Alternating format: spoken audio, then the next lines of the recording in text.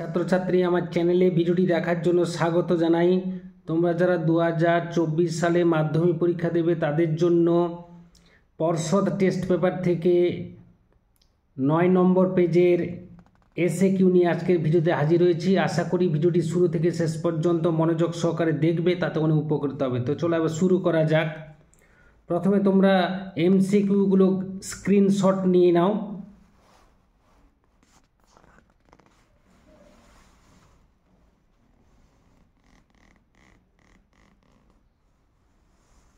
এরপর আমরা সরাসরি চলে যাব 2-এর দাগে।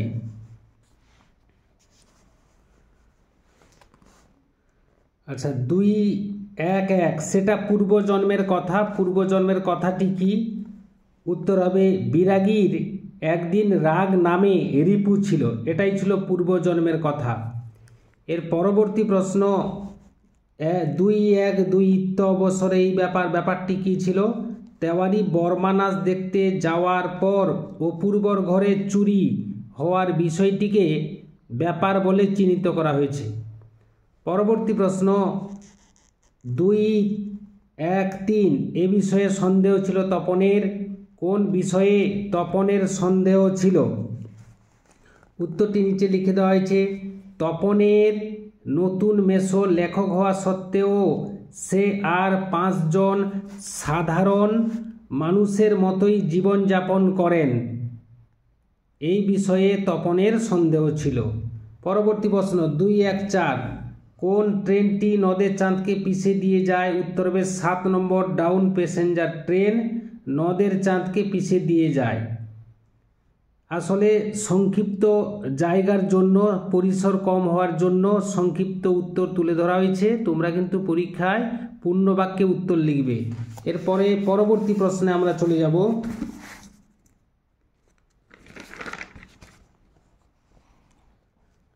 পরবর্তী প্রশ্ন 2-1-5 তফাৎ শুধু এই যে, তফাৎ কি ছিল?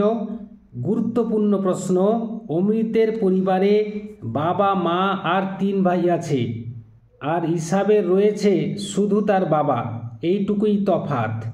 এরপরে 2-2-1 যেখানে শহর ছিল সেখানে কি হলো? উত্তর হবে যুদ্ধের পর শহরে পড়েছিল কাঠ কয়লা, দোমড়ানো লোহা, মৃত পাথরের মূর্তির বিভৎস মাথা, এই সমস্ত পড়ে রইল। 2-2-2 আমাদের ইতিহাস নেই, কাদের ইতিহাস নেই? উত্তর হবে যুদ্ধ বিধ্বস্ত সাধারণ মানুষ, তাদের ইতিহাস নেই। 2-2-3 দিগম্বরের জটায় হাসে, জটায় কে হাসে? উত্তর হবে দিগম্বরের জটায় হাসে শিশু চাঁদের কর, দিগম্বরের জটায় শিশু চাঁদের কর হাসে।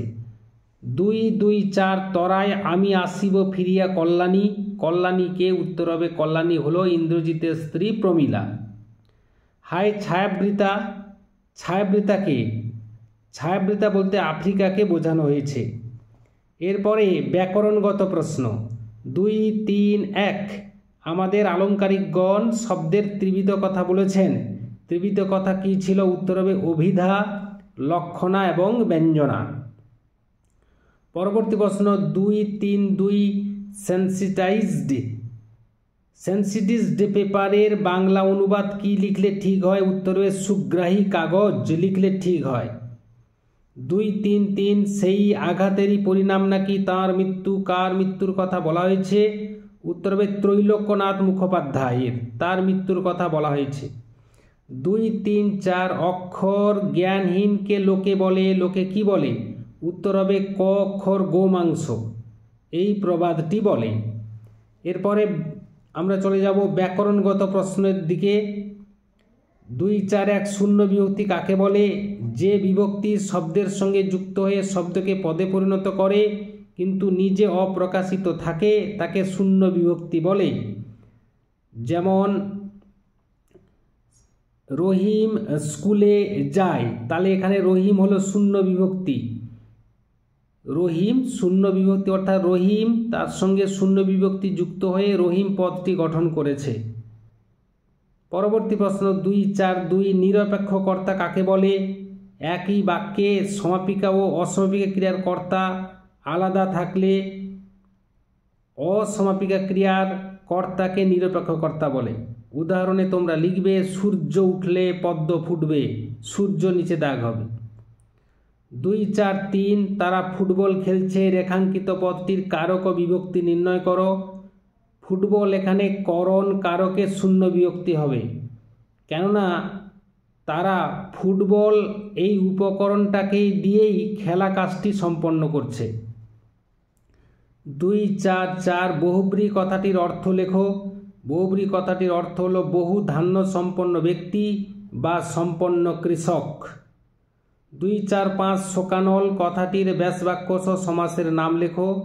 উত্তর হবে শোক রূপ অনল, এই হচ্ছে ব্যাসবাক্য। সমাসবদ্ধ পদ হচ্ছে শোকানল, সমাসের নাম হচ্ছে রূপক কর্মধারয় সমাস। রাম এবং রহিম মাঠে খেলছে, গঠন অনুযায়ী এটি কোন শ্রেণীর বাক্য? উত্তর হবে যৌগিক বাক্য। 2, 4, 7 যোগ্যতাহীন বাক্যের একটি উদাহরণ দাও। উত্তর হবে গরু আকাশে ওড়ে। 2, 4, 8 তাড়াতাড়ি আসা হোক কর্তৃবাচ্যে রূপান্তরিত করলে হবে তাড়াতাড়ি এসো। 2, 4, 9 কর্মবাচ্যের একটি বৈশিষ্ট্য লেখো। কর্মবাচ্যের কর্মপদটি সাধারণত শূন্য বিভক্তিযুক্ত হয়। 2, 4, 10 সে অপরাধী নয়। সদর্থ বাক্যে রূপান্তরিত করো। উত্তর হবে সে নিরপরাধ। এই ছিল আজকের ভিডিও। আশা করি ভিডিওটি ভালো লেগেছে।